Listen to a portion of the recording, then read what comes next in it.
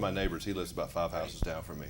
Well, A Rainy Night in Georgia. Great It's one of my favorite songs of all time. Tony Joe wrote that. Here we go, guys. 3, 2, 1. We're rolling, Jimmy. Is Al Bundy the best and the worst thing that's ever happened to you? For sure. Yeah, that's... Because it is a mixed bag, isn't it? Yes, it's very, it's very lucrative, and it's put me on the map and all that. And then, of course, there's the downside, which is, you're, as I was saying earlier, you're like Porky Pig, I have to watch this thing almost every day now because the little one in the house sneaks over and watches it. Probably things on there she shouldn't be seeing, but she gets there. And when you look at this guy, if you happen to pass a set and see him on camera acting and see the character, you just shake your head sometime? To be honest with you, I get a kick out of it. And a lot of things I do, I don't. But for some reason, the Bundy character, I've always gotten a big kick out of watching it. I don't know why. I mean, I don't associate myself with it maybe that much, I look at it and I think, what a goon, or what a funny character, what a strange character. Just the way he thinks amuses me. So I guess it's sort of a happy combination, Is it kind of fun to put on that hat most of the time? Oh, yeah.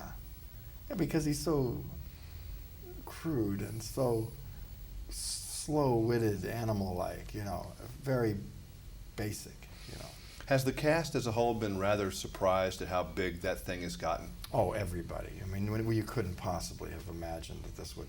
Just a very boutique little show here when it started out, basically, on a fourth network and everything. It's just a long shot.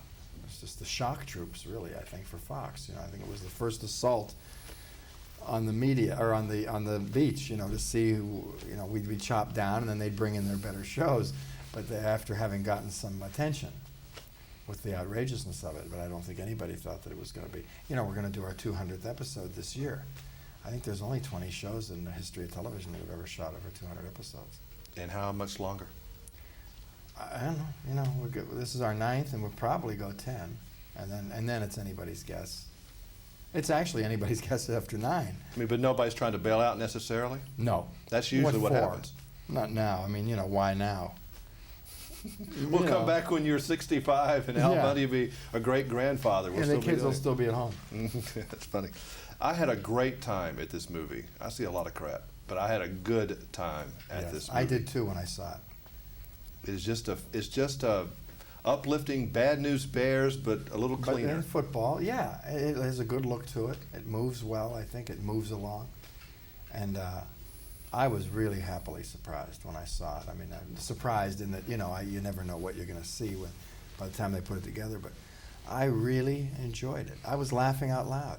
This movie has a nice heart and a nice soul, and it's funny, and you love the characters, and it's just everything you'd like to see a little movie about. Yeah, exactly. I'm very happy with it.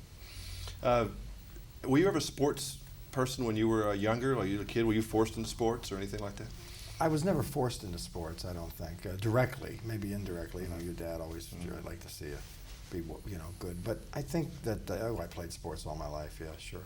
I'm from Ohio, steel town, and that was sports were a big thing there. It's kind of amazing how people get into these little league things and take them extremely seriously. Oh, absolutely. It's a serious business in Ohio and Alabama, where I'm from, and Tennessee. Of course. California, Texas, it's religion.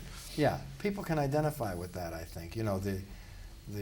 I enjoyed playing the guy, treating the boys as if they were men, and then having the line to say, now when you go home tonight, I want you to brush your little teeth, comb your little hair, and get ready to get out there and rock. Is it fun for you to do the physical comedy?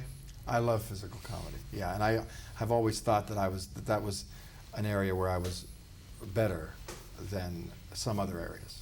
So I enjoy doing it. Because this movie has plenty of that for you. Yes, going out the window and all that. I did 3 takes on that, and the one take that they kept when I hit the tree and I say, "Whoa, doctor," was someone came from I think Mel Allen or Red Barber. One of those two used to say that. Which one said that? Whoa, doctor. I don't remember myself, it was but either I Mel remember Allen or Red expression. Barber, when they would hit a home run or something, and I was a kid on the radio. It was Red Barber, thank you. And so when I hit the doctor. tree, you know, the groin injury, I said, "Whoa, doctor!" It fell off, and they kept it. Why, I don't know, but it is funny some way. But I think this is, I like Dutch. That's a movie that a lot of people I think have seen through home video. I'm not sure it did that great when it was theatrically done, but everybody's seen it in home video now and in home box office. It was a cute movie. I thought it was a better movie than it did well in terms of money, but I think it was a good little movie. If you're at the airport or at the grocery store or car wash or wherever you just hang out, are people afraid to come up to you, or people do, or they point, or they throw things, or what do they do when they see you? I fortunately haven't had people throw things unless I refuse them something. You know, I don't want to sign this or something, and then it's, oh yeah, you know. But you run the gamut of people.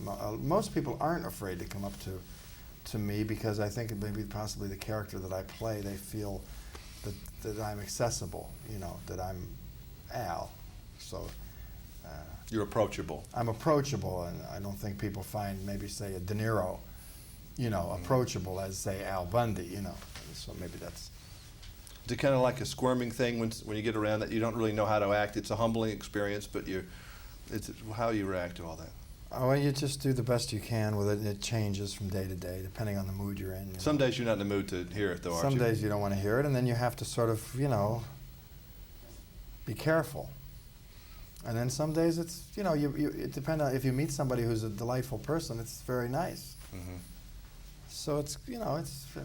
But that's quite a load to handle sometimes. I'm sure you can understand how other characters before you, I mean, Jackie Gleason, my goodness, what must he have been like, you know, to have to be like that, well, Mark yeah, Carney of and course. people like that. You know. Well, I mean, I think that it is something to think about. Once you've gotten to where people recognize you from whatever it is you do, and almost everywhere you go, then you start to realize that anonymity is a big thing to give up. And you're walking down the street and you don't always want to be looked at, or it's like, hey, you don't like it. I don't, personally, really. I actually never did, but I wanted the money. It's part of the territory. It's part of the territory. But could you ever really imagine being as famous as, say, a president of the United States, or No, you know, Michael Jackson, or one of those kind of people? What that must be like? No. Oh, you mean where you have to be isolated and all that? I mean, sort of yeah, thing? because you just really can't hide. That would be, because I have had, you know, more than most people, a taste of that in that direction. But no, that would be unbearable. I would not want to live that way. Nice seeing you. Glad I got nice to meet seeing you too. Thank you. Tell your daughter I said hi. I will do that.